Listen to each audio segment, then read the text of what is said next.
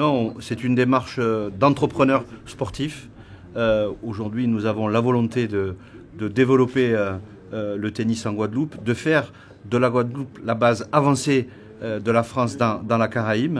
Donc nous avons travaillé sur 3 axes. Déjà, la structuration d'un véritable centre de ligue pour pouvoir accueillir à la fois la formation et les compétitions.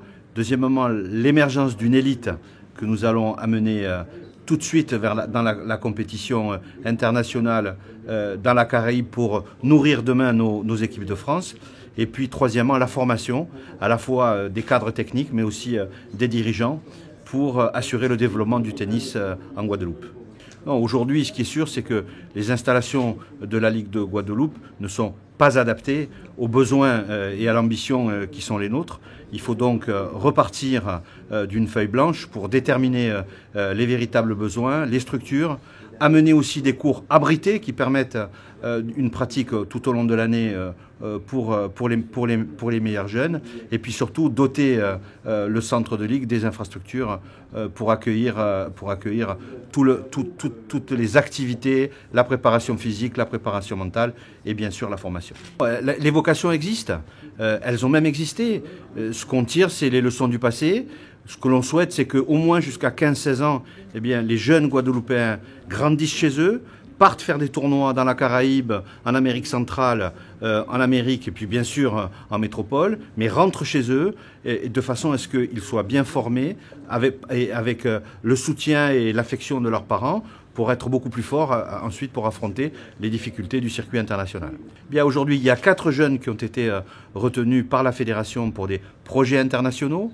Prochainement, nous avons désigné un cadre technique de la direction technique nationale qui va être spécifiquement affecté à l'outre-mer et qui va, sur place, pouvoir fournir au cadre technique et aux familles la programmation, la liste des tournois qu'il va falloir effectuer pour aller vers le plus haut niveau. On est là sur un autre volet, on est sur le volet solidarité. Donc, ce qui s'est passé avec Irma nous a bouleversés.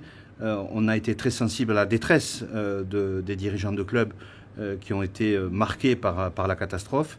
Et donc nous avons débloqué ce fonds de façon à ce que très rapidement et à la demande des dirigeants, eh bien, la pratique du tennis puisse repartir. Parce que comme l'a dit José Saint-Gabriel, le président de Saint-Martin, la pratique du sport participe à la reconstruction. Vous parlez de soubresaut, je ne sais pas de quoi vous parlez. Moi, je ne me base pas sur les rumeurs. Oui. Hier, nous avions une réunion avec l'ensemble des présidents de clubs à laquelle participait le président de la fédération. Eh bien, écoutez, moi, je crois que tous les participants, du moins, la grande majorité, étaient unanimes pour se prononcer pour le projet Agir et Gagner, que je défends, que je soutiens. Et j'ai même, c'est quelque chose d'extraordinaire, j'ai vu un président venir féliciter le président en disant que le président Forbens avait demandé de soutenir le projet Agir et Gagner et qu'il en était très content. Moi, vous savez, ce qu'il y a aujourd'hui, c'est que nous travaillons au sein de la Ligue du tennis, nous faisons le boulot comme il doit se le faire. Et puis, je rappelle quand même, il y a eu moins d'un an des élections pour désigner les délégués à la Fédération française de tennis et qu'à 70%, nous avions remporté les élections. Alors après, les rumeurs, il y en a toujours, il y en a beaucoup. Les minorités agissent beaucoup, en général. Hein. Ouais. Ben, écoutez, nous l'avions, cette majorité. Nous l'avions déjà. Écoutez, et puis de toute façon, vous savez, je vais vous dire, hein, le tennis, c'est pas un problème de compétition, de dire des voix ou des pas voix. Moi, ce que je fais aujourd'hui, je travaille avec le président Bernard Guidicelli qui m'a fait confiance. Il m'a confié une mission sur le sport santé, il m'a confié une mission sur le sport santé, sur la diversité sociale et également le tennis en milieu et le milieu tennis adapté. Eh bien, je crois que là, il y a matière à faire, il y a matière à évaluer le tennis. Moi, aujourd'hui, ma seule préoccupation, c'est de faire avancer la discipline. Mais les résultats aujourd'hui, écoutez, je n'ai pas pour habitude de comparer les ligues d'outre-mer, mais si nous prenons que les ligues d'outre-mer, nous avons 4 projets forts. Et quand on regarde les autres ligues d'outre-mer, ils n'ont aucun projet fort. Mais là ce n'est pas le problème. Nous ne sommes pas en compétition. Mais ce que je veux dire, il y a beaucoup qui disent qu'il ne se passe rien. Mais il se passe des choses. Et puis, l'an dernier, au trophée Perrier, c'était un trophée qui classait les ligues entre elles. Eh bien, la Ligue de Guadeloupe était dans le milieu du tableau, loin devant les ligues d'outre-mer qui étaient en queue de peloton, et même aussi bien devant des ligues métropolitaines. Alors après, vous savez, on peut toujours dire que ça n'avance pas, mais ce sont les résultats qui comptent, comme vous dites. Les aides que nous apportons aux ligues, c'est surtout sur les grandes manifestations. Nous accompagnons les jeunes sportifs de haut niveau depuis tantôt. Nous accompagnons aussi les clubs qui font la demande en fonction du projet qu'ils ont tout au long de l'année. Déjà avec le président Forbin, nous sommes en train de préparer un super tournoi de tennis comme il le faisait.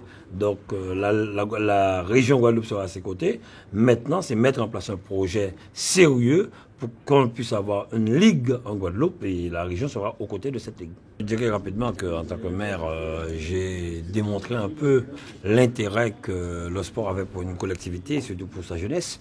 Aujourd'hui, président de région, nous l'avons fait dès notre arrivée, notamment avec les complexes comme à Mornalo, comme à Rivière-des-Pères. Et nous sommes en train de revoir tous les contrats d'objectifs qui ont été signés à l'époque avec les ligues et comités, parce que pour moi, ce ne sont pas de vrais contrats d'objectifs. Un contrat d'objectifs, c'est comme l'a dit le président, il faut vraiment avoir les objectifs et les atteindre. Les atteindre, ça mettra en place les moyens, les infrastructures, la formation et choses qui n'ont pas été faites. Aujourd'hui, les régions gèrent les CREPS, donc ce sera un plus pour nous, pour mettre en place tout cela, accompagner surtout, comme je le dis, je suis en plus un fan de tennis. Ça fait 2 ans que je vais à Roland-Garros. Le président, c'est quelqu'un que je connais très très bien.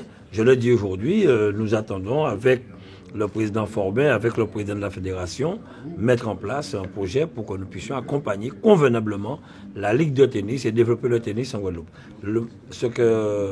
Qui m'emporte le plus, je le dis, j'ai envie de voir 3-4 jeunes Guadeloupéens à Roland-Garros, à Fléchimé 2, pourquoi pas ailleurs.